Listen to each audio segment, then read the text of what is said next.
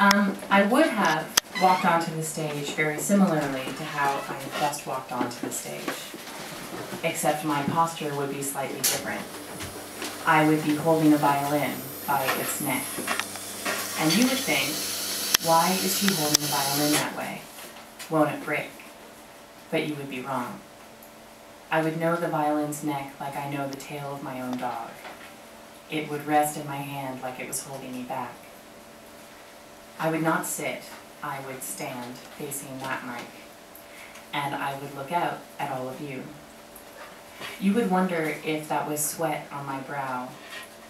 My voice would waver slightly as I would say, "Hi, thanks to Robin for having me play. Thanks so much for having me here. I'm just going to play a couple of songs for you." This last line would make you bristle. A vague worry, undefined like a photograph we once took.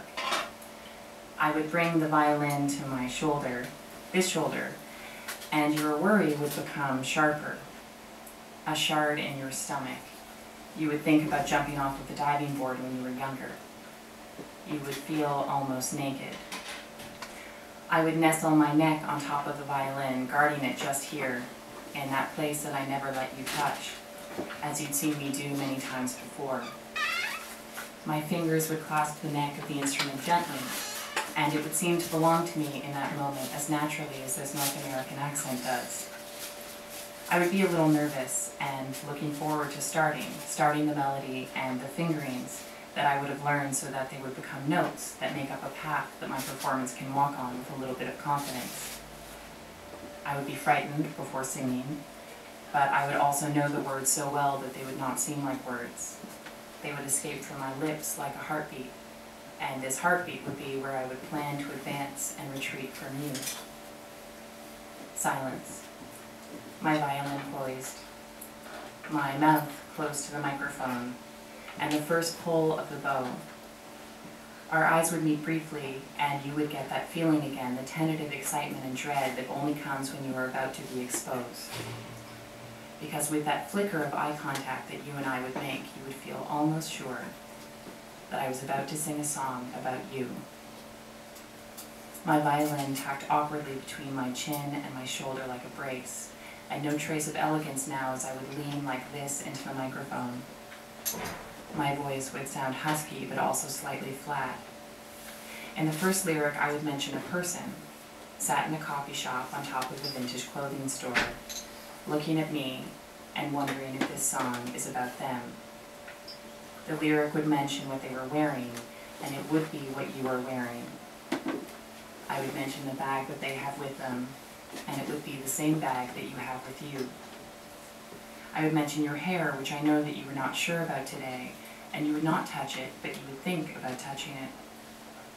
You would be furious, flattered, upset, and then for a moment hopeful, because maybe this song isn't really about you, maybe you just think it is.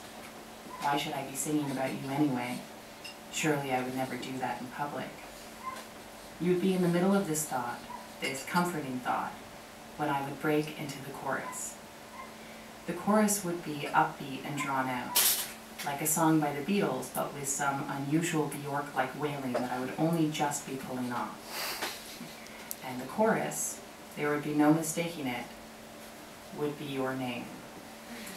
Your first name, your last name, your title, followed by the lyric, "Yes, I am singing about you." There would be a chuckle from other members of the audience. They would think this was a sly Carly Simon reference, but it would not be a Carly Simon reference. They would not have recognized you yet. They would think that you weren't real.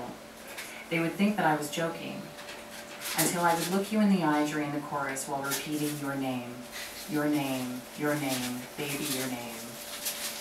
Like a chink of light through your fury, you would be surprised at how melodic your name actually sounds. You would have not expected the entire name to fit into a melody as well as it does. But you would not realize that I would have spent hours on making those awkward syllables sound melodic, on lighting up your name with music, making it sound new to both of us. I would have thought, you see, that if I could make the most mundane thing about you sound new to both of us, then maybe I could save something. If I could make your name dance through the air so that I would not be sure if I was singing it anymore, it could just be a heartbeat. You would feel angry, but nearly touched, until the second verse, when I would begin listing the names of all of your friends and your family members and how I had felt about each of them. And this is when you would walk out. People would notice you walking out because that door would slam. And they would see the flash of clothing that they had not noticed you wearing before, but that they recognized from the first verse. Some of them would chuckle, and some of them would wonder if you were a plant, and if this had been a strange piece of performance art. I would look up, and in that moment, the violin would be moored unprotected on my shoulder so that it would seem almost betrayed. It would no longer be nestled both comfortably and awkwardly in a place that I never let anyone else touch. And I would turn to the audience and apologize. I would say, I'm sorry, I don't want to keep playing. I just came here tonight to try and prove a point to someone, and now they've walked out, so there's no point in me playing anymore. Then the audience would laugh, thinking I was joking, and I would say, I'm not joking. And I would walk out that door, just as you had. I would follow you out into the streets, and then I would give up, and then I would go home. At home, my violin would be sat in the middle of my carpet, and I would stare at it. I would think back on all of the lessons I'd had, on the years I'd put in, the hours of practice, and I would think on how many hours it had taken me to make your name light up to the music. I would decide that if you and I had never met, I would never have needed to know how to play this thing.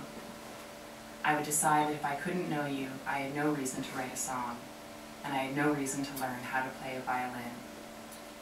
I would think this, and while I was thinking this, my fingers would slowly forget, and my voice would grow weak, and my mind would take on other matters. The night would start all over again, right from the beginning. It would start again, and I would walk in that door. I would sit here at this chair. I would speak into this mic, so that instead of an instrument, I would be holding two pieces of paper.